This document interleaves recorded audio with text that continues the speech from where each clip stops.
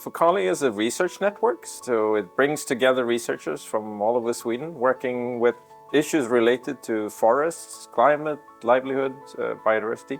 It aims to be a sort of a bridge between the scientific community and policymakers, practitioners and civil society.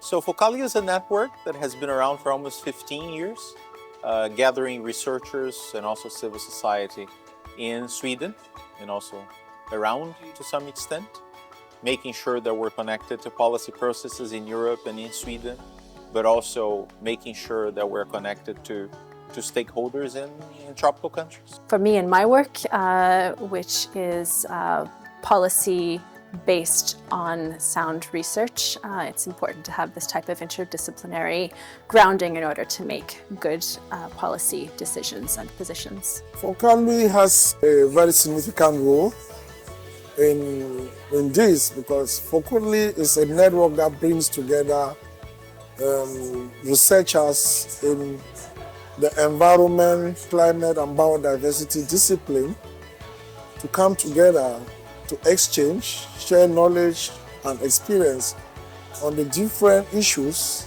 topics and challenges in their research work and how this can influence policy and the practice on the ground. Find better solutions on how to address global environmental problems or challenges.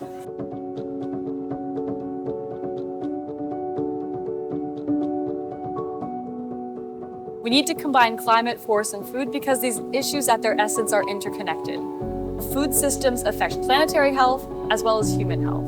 So the more that we look beyond our disciplinary silos and start addressing these issues holistically, the more effective our solutions are going to be.